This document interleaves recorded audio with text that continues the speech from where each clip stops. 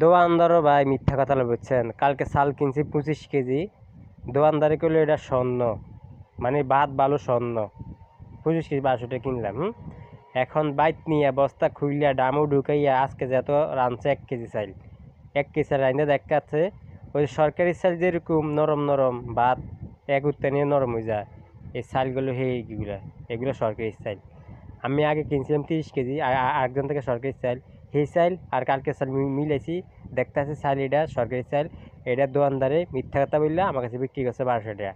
তো আজকে আমি দোকানে গেছি, যাই কইছি ভাই এমনি আপনি কি চাল দিচ্ছেন আমাকে, এটা তো সরকারি চাল।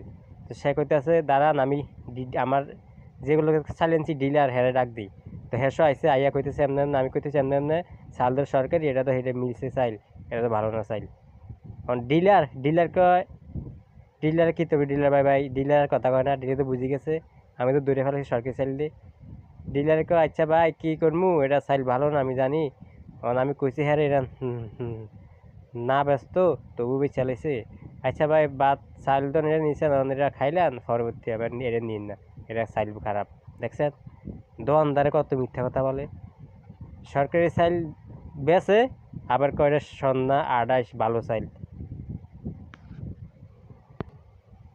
সরকারি চাইল কোনটি জানেন নি ভাই? সরকারি চাইল কোনটি? ওই যে আল্লাহর হচ্ছে চাইল দেয়, বালতি ঢুকানোর লগে চাইল বালতি অর্ধেক দেয় আর অর্ধেক নিচে হয়ে যায়। এই চাইলগুলো লাস্টে যে চাইলগুলো থাকে এইগুলো মনে করেন পাবলিকে যাতারা এনে থায় হেতারা বস্তা ভরি ভরি দোকানে দোকানে বেচে, মানুষকে বালতি ফুরিয়ে দেয় না, বালতি অর্ধেক দেয়। এইগুলো হলো সরকারি চাইল, বুঝছেন?